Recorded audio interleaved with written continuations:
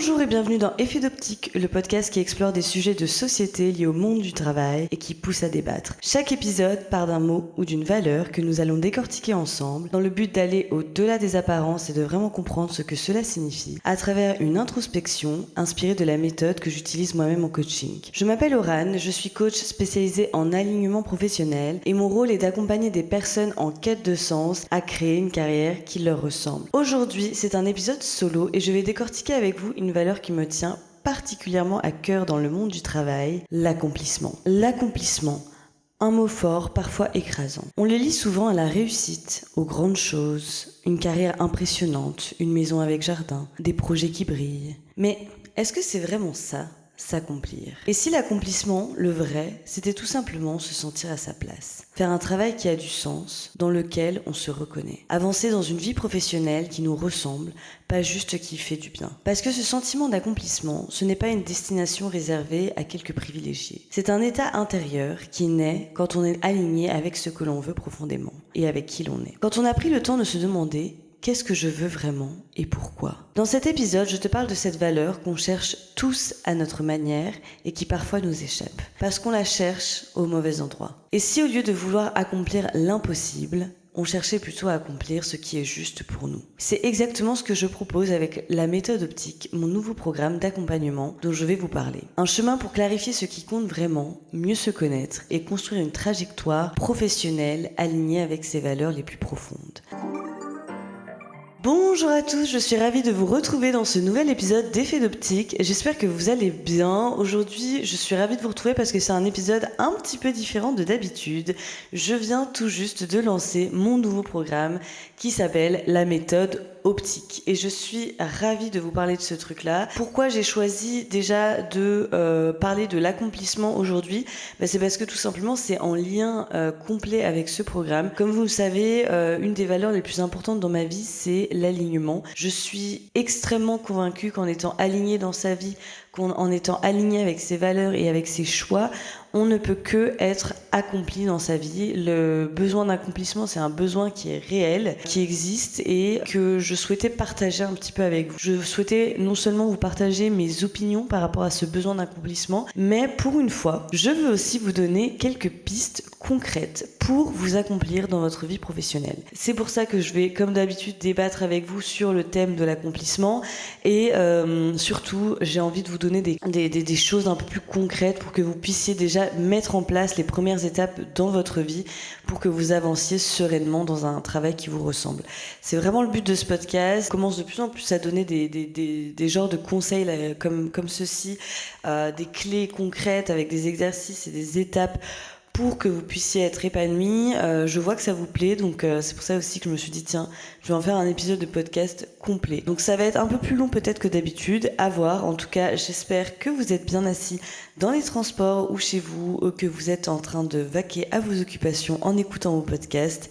Et je vous souhaite un bel épisode. Alors premièrement, comme d'habitude, je vais définir ce que signifie la valeur de l'accomplissement pour moi. L'accomplissement, qu'est-ce que c'est ? Alors déjà, il faut savoir un truc, c'est que l'accomplissement, c'est pas seulement une valeur à proprement parler, mais c'est un besoin. C'est un besoin qui est caractérisé dans la pyramide de Maslow comme étant dans la dernière étape.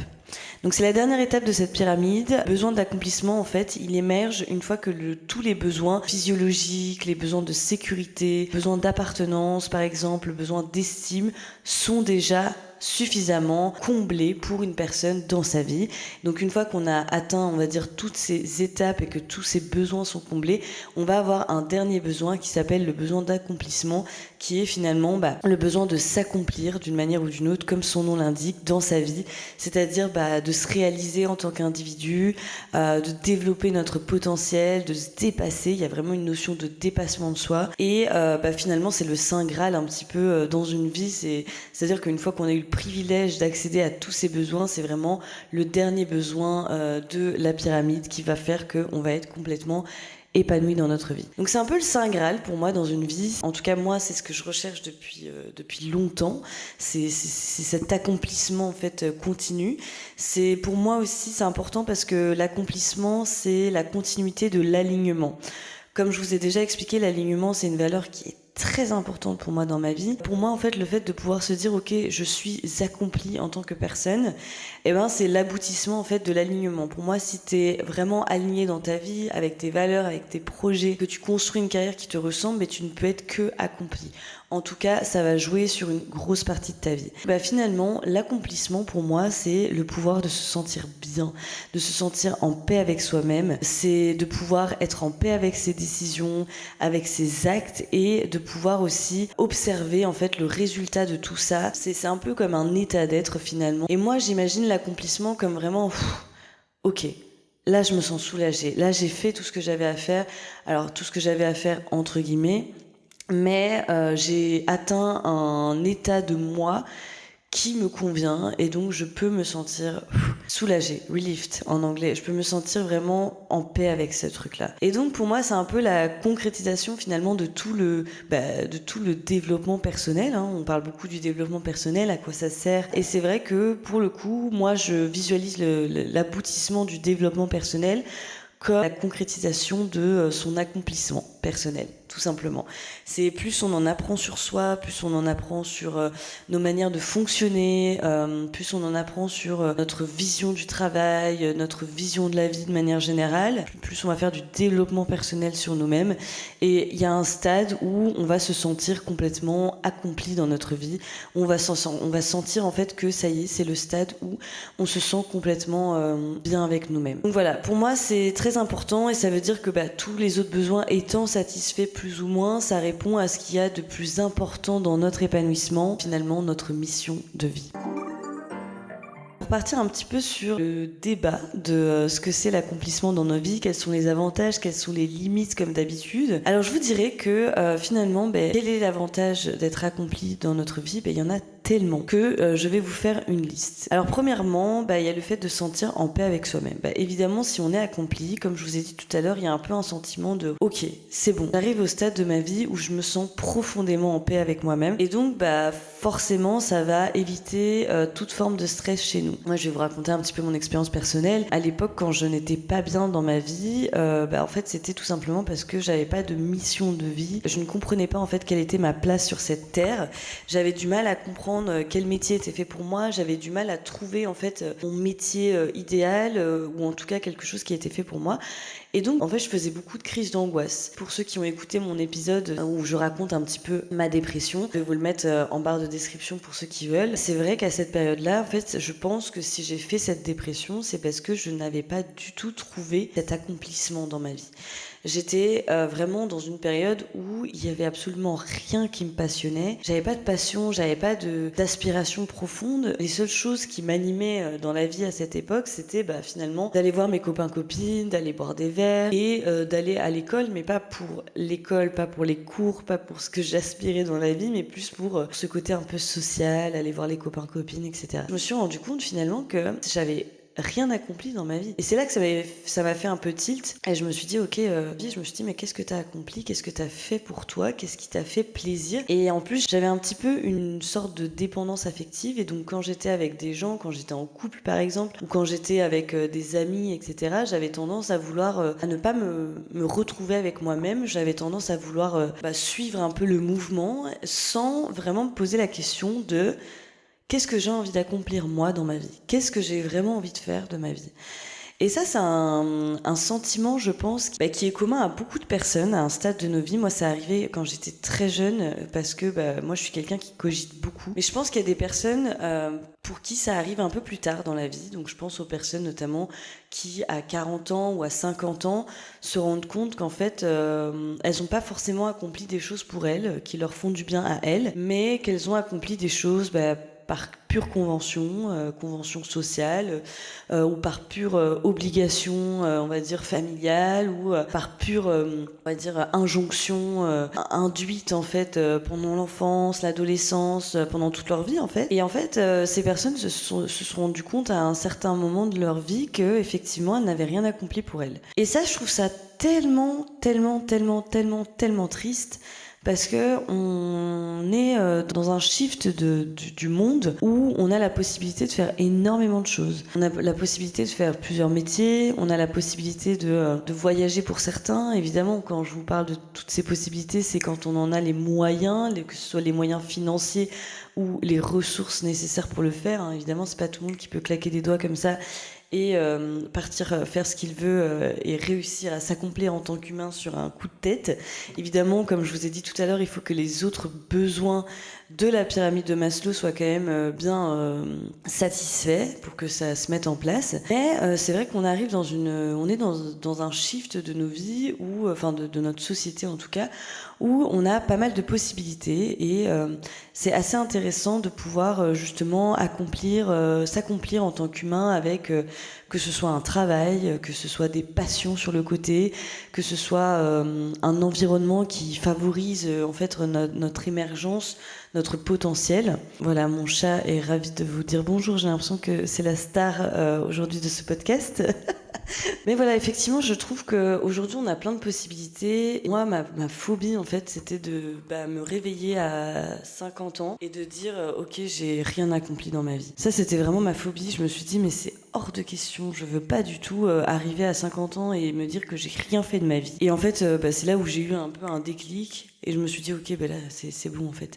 Tu vas faire les choses que t'aimes. Tu vas arrêter de suivre ce que des gens te disent. Parce que ça aussi, c'est pour ceux qui me connaissent un peu et qui ont suivi mes podcasts, mes vidéos TikTok, etc. Je déteste en fait le fait qu'on impose des choses aux gens. Et ça, c'est malheureux, hein, mais c'est notre société qui est faite comme ça. En tant qu'humain, on a besoin de sécurité, on a besoin d'être rassuré, et donc on va avoir tendance à choisir la facilité entre guillemets, mais on va avoir tendance à choisir la sécurité, en tout cas de l'emploi. Finalement, on va avoir tendance à favoriser la sécurité dans l'emploi, alors qu'il y a plein d'autres possibilités. Il y a plein d'autres possibilités qui existent, et la sécurité de l'emploi, je sais que c'est quelque chose qui est très instable en ce moment dans notre société, mais pour le coup, c'est quelque chose qui est totalement compatible avec des passions, par exemple. Vous pouvez très bien avoir un CDI et monter votre entreprise à côté sur quelque chose qui vous passionne, ou alors vous pouvez très bien avoir un CDI très safe et finalement avoir des passions sur le côté, ou vous pouvez très bien être au chômage justement, donc n'avoir pas vraiment de sécurité de l'emploi, mais pour le coup accomplir certaines passions, certaines choses qui vous tiennent à cœur, ou même ça peut être des choses basiques, hein.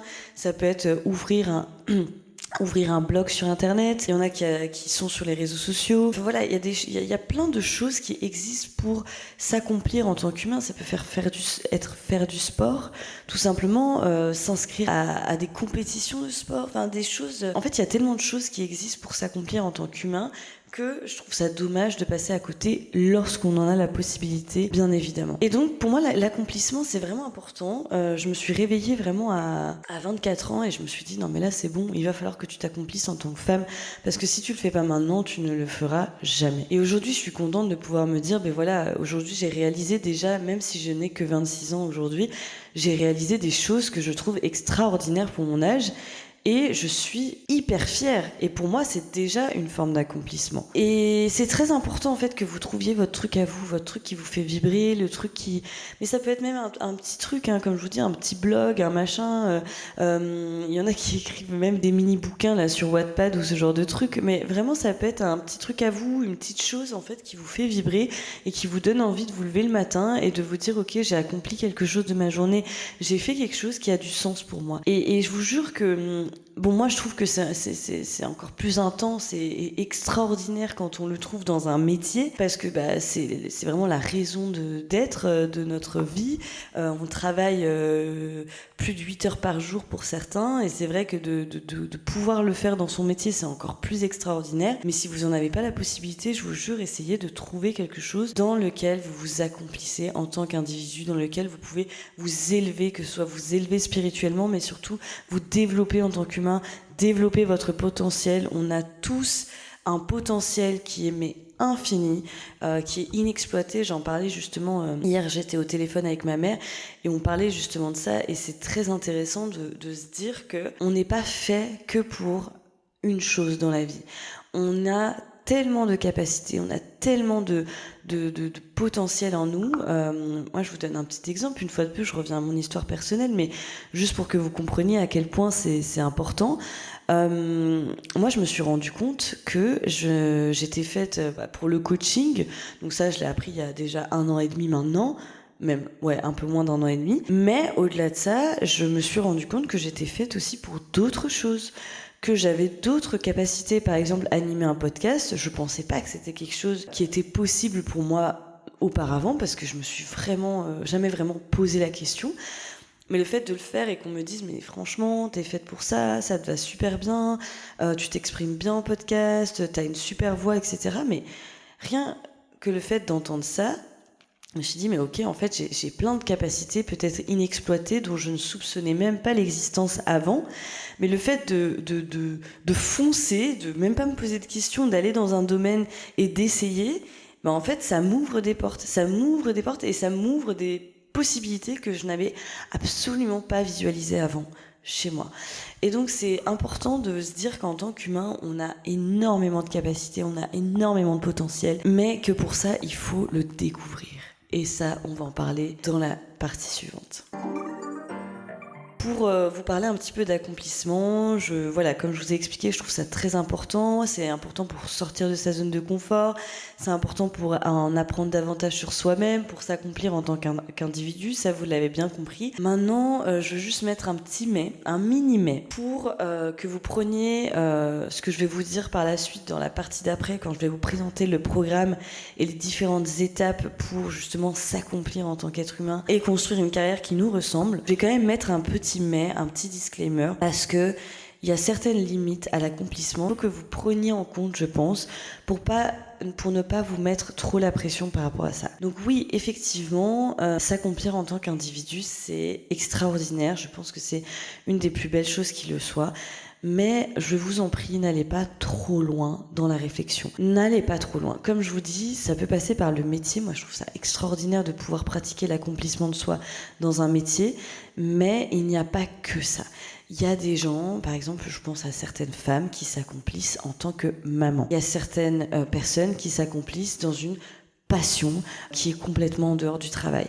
Il y a certaines personnes qui s'accomplissent dans le sport, il y a certaines personnes qui s'accomplissent dans leurs relations amicales, dans leurs relations amoureuses. Enfin voilà, ne vous mettez pas trop la pression par rapport à ça. C'est pas parce que vous ne trouvez pas tout de suite le métier idéal, le truc qui vous drive au quotidien, que vous n'allez pas vous accomplir en tant qu'individu. Le programme que je vais vous proposer et que je vais vous décrire dans la partie suivante, c'est un programme qui est fait pour apprendre à vous connaître, apprendre à découvrir vos aspirations les plus profondes, apprendre à découvrir les valeurs qui vous font vibrer.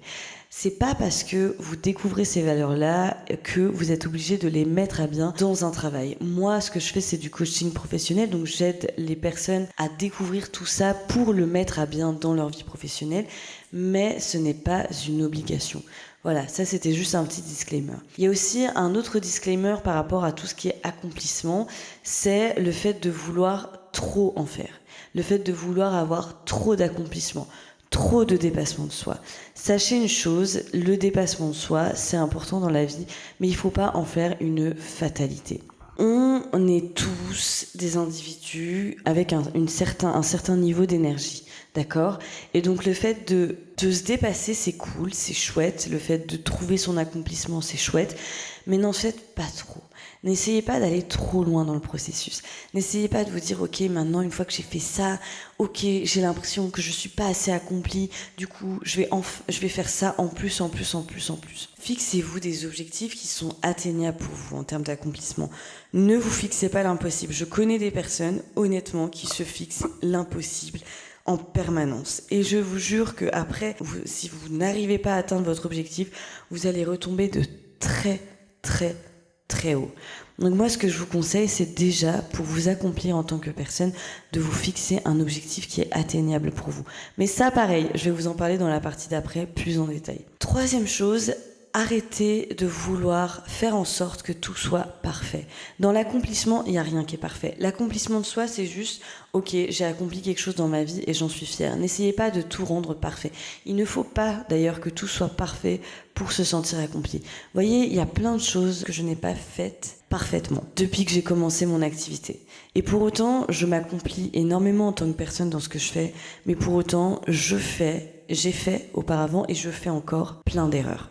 Quand je vous dis plein d'erreurs, alors vous allez me dire oui, mais qu'est-ce que c'est qu'une erreur ? Enfin, au final, c'est pas forcément une erreur pour vous, mais ça l'est pour moi.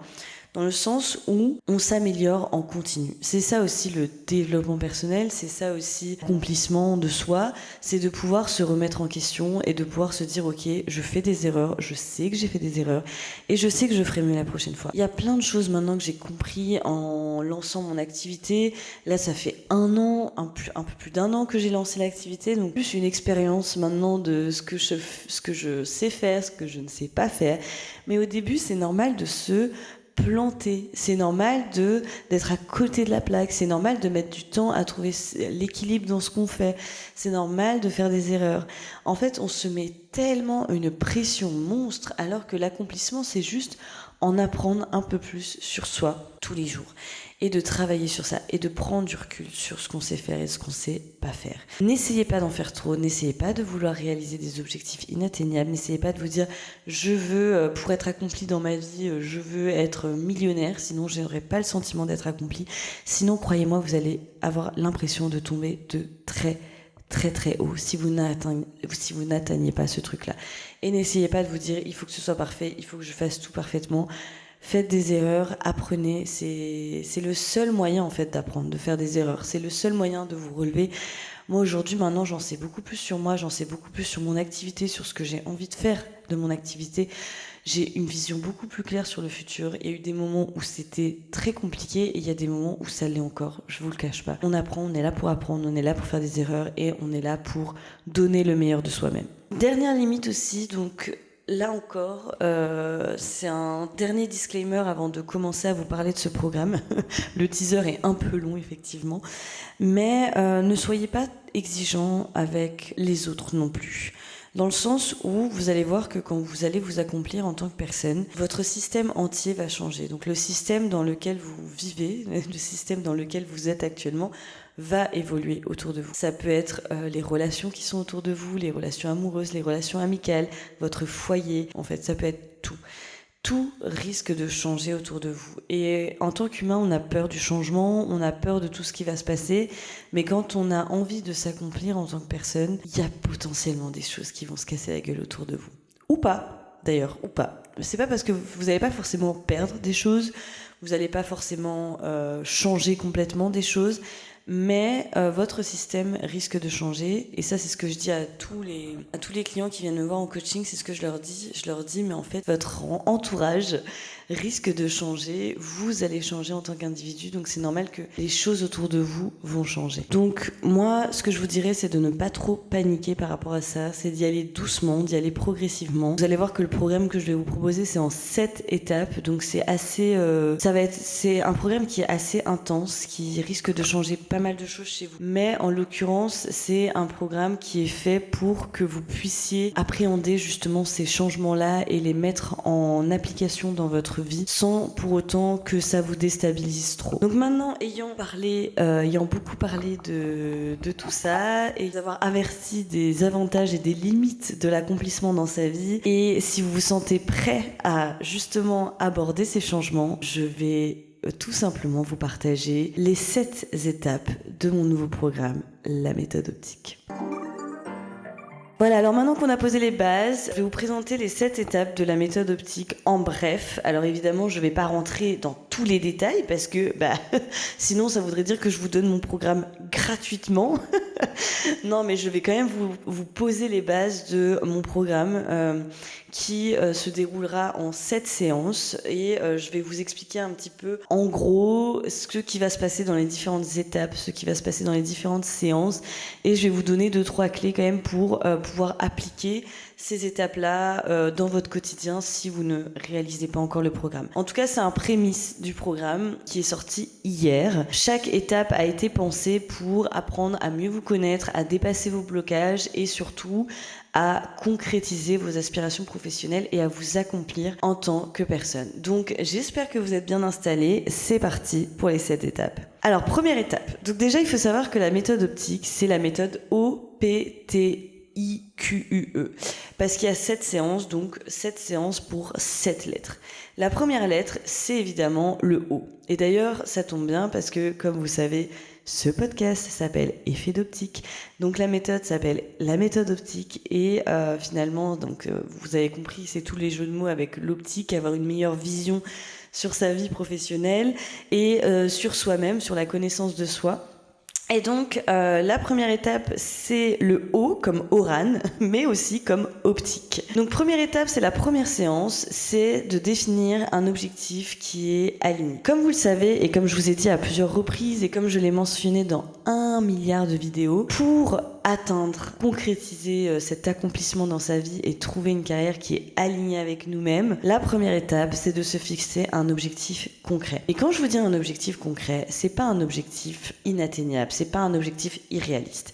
C'est pour ça que moi, en coaching, j'utilise la méthode SMART ECAC pour que vous ayez un objectif qui soit concret, mais surtout que vous puissiez le réaliser sur le long terme. Donc, la méthode SMART ECAC, qu'est-ce que c'est ? Toutes ces lettres-là, SMART ECAC, donc ça commence par le S, qui est spécifique. Pour que vous ayez un objectif qui soit concret, tout simplement, il faut qu'il soit spécifique. Donc, il faut spécifier votre objectif. Si vous me dites, par exemple, ok, j'ai envie d'apprendre à mieux me connaître.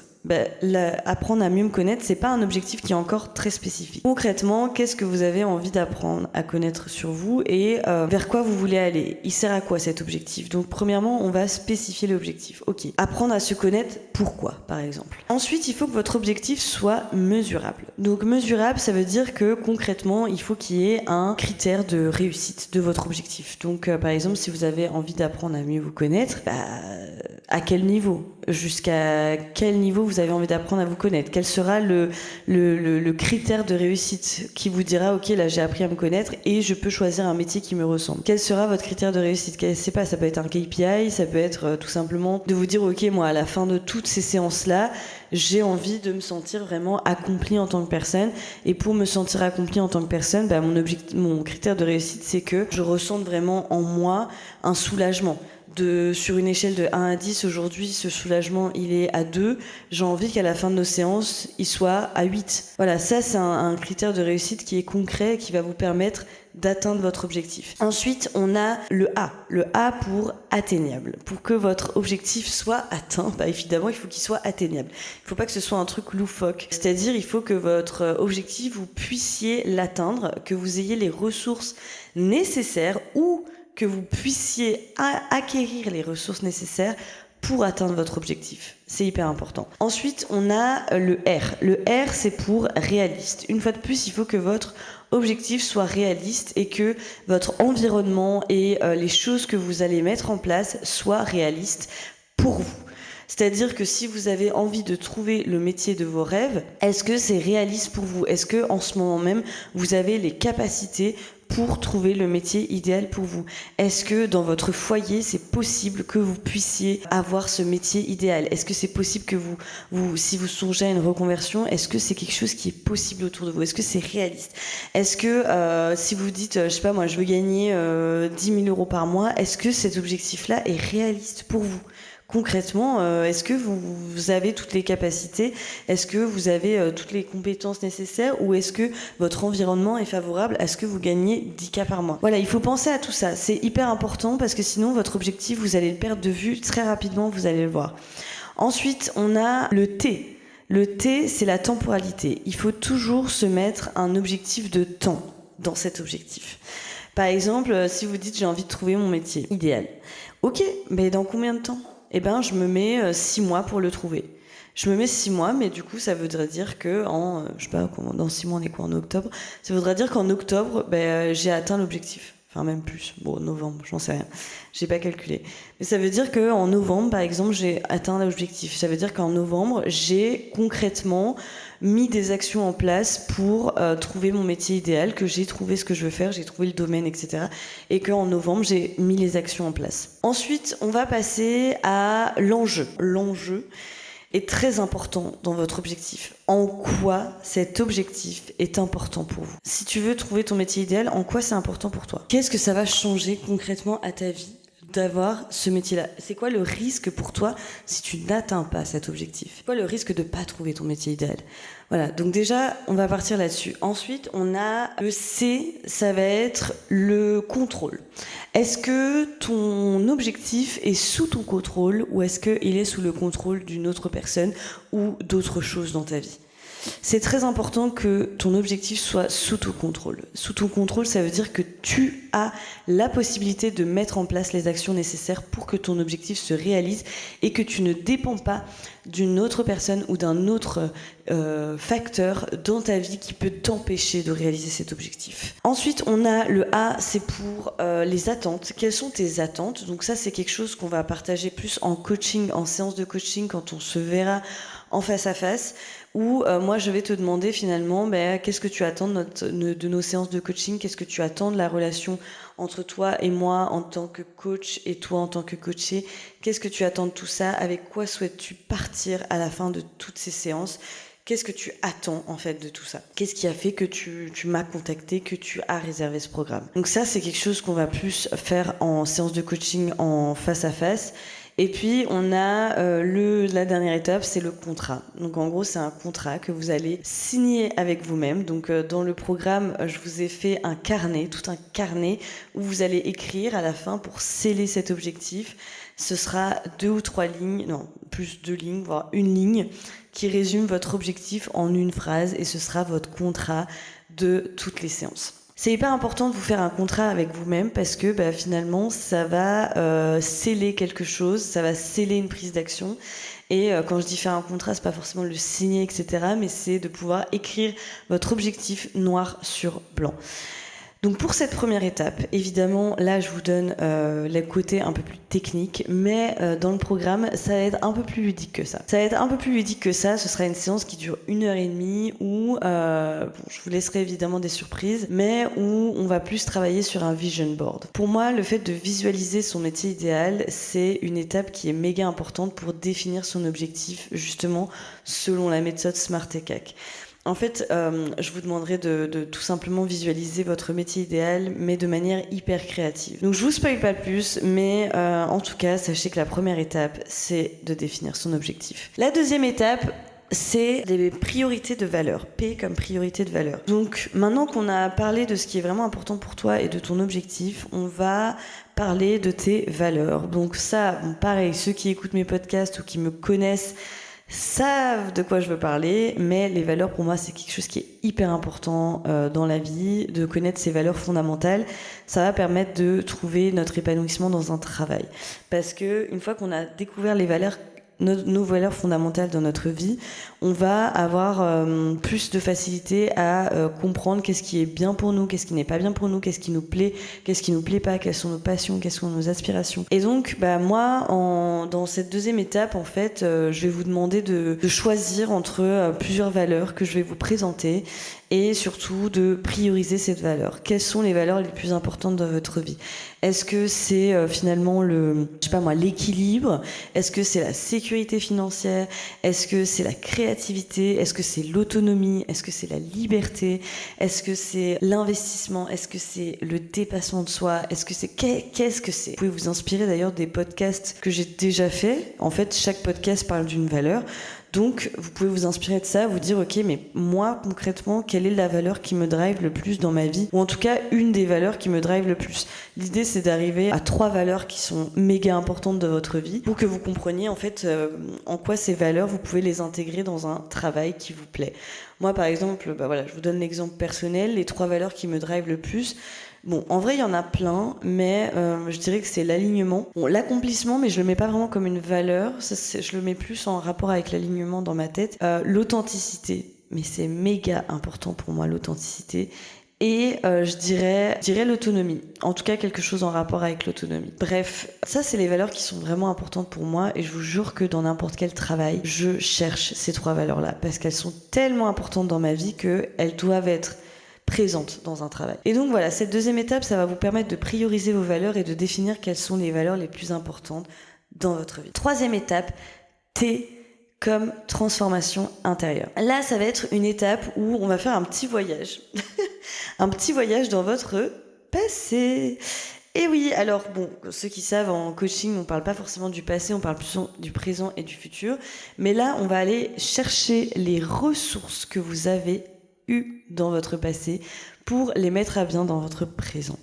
Donc il y a un petit exercice, hein, ceux qui connaissent un petit peu le coaching vont reconnaître l'exercice, c'est un exercice du life flow où l'idée c'est de prendre quelles sont vos ressources intérieures. Je vous invite à citer 3 à 5 expériences passées. Donc vous remémorez 3 à 5 expériences passées que vous avez eues. Donc ça peut être des expériences professionnelles ou personnelles, mais plutôt professionnelles parce qu'on va partir dans le cadre pro ici. Vous allez nommer chacune d'elles, vous allez même dessiner chacune d'elles. Je sais pas, moi par exemple l'expérience 1, moi je vais vous raconter l'expérience 1, je travaillais en tant que commercial. Donc je nomme l'expérience 1 commerciale, je la visualise. Qu'est-ce que ça représente pour moi, commercial? Ben moi je visualise quelque chose de bleu, je sais pas pourquoi dans ma tête c'est bleu, donc je vais dessiner quelque chose de bleu, quelque chose de voilà, qui est en rapport avec ce que j'ai vécu, donc peu importe. Et je vais vous demander de réfléchir à vos croyances. Quelles étaient vos croyances quand vous étiez dans ce job? Ben moi j'avais plusieurs croyances, par exemple que ça allait être super dur parce que c'était dans le milieu des assurances, donc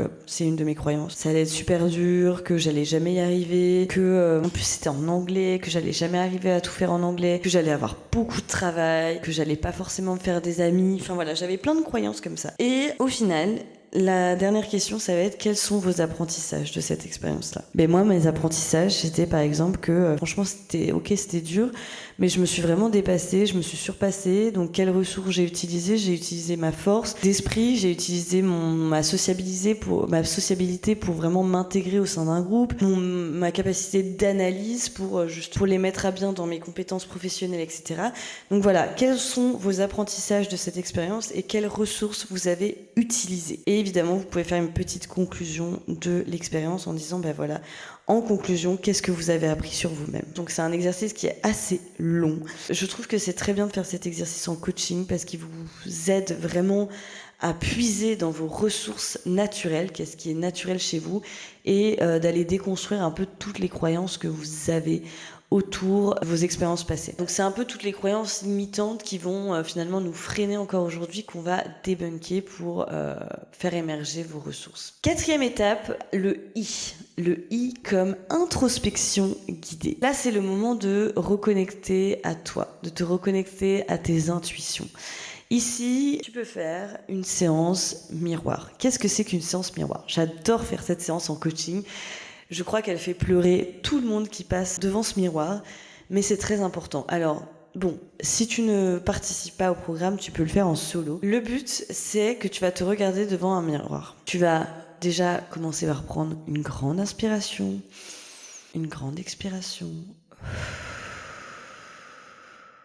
Tu vas te détendre et tu vas te regarder dans le miroir. Une fois que tu as fait ça, tu vas visualiser quel serait ton métier idéal. C'est un exercice qui est très compliqué. Là, ça n'a pas l'air comme ça a l'air d'être un jeu d'enfant, mais je vous jure que quand vous êtes devant ce miroir, c'est très très très très très très très compliqué. Il y a peut-être plein de choses qui vont ressortir. En fait, vous allez vraiment essayer de vous visualiser, d'aller puiser au fond de vous-même, d'aller puiser ce truc-là, de vous visualiser. Et moi, c'est marrant parce que j'ai une personne qui a commenté ma vidéo où j'expliquais cet exercice et qui a dit « Je me vois comme une reine ».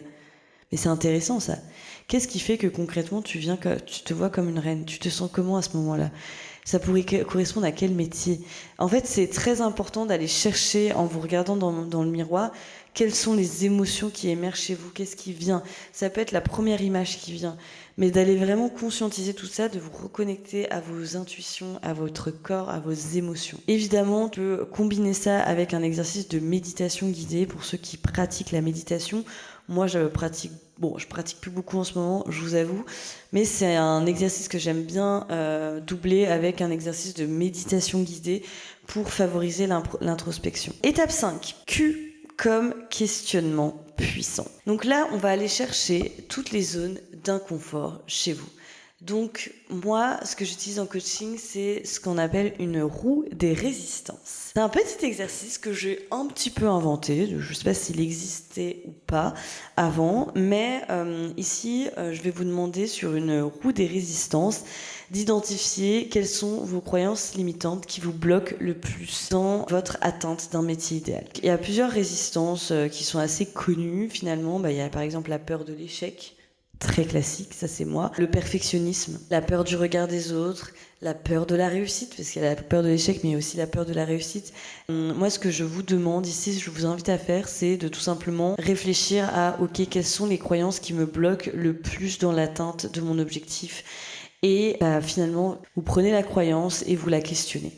Qui je serais sans cette croyance-là? Quand cette résistance s'active chez vous, qu'est-ce qui se passe concrètement? Quel discours intérieur l'accompagne à ce moment-là? D'où vient cette croyance à votre avis? Qu'est-ce qu'elle essaye de vous dire? En quoi cette résistance essaye de vous protéger? Qu'est-ce qu'elle vous empêche de vivre? Qu'est-ce qu'elle vous empêche d'accomplir? Quel est l'avantage de cette résistance dans votre vie? Quelle serait la micro-action pour dépasser ce frein, etc., etc.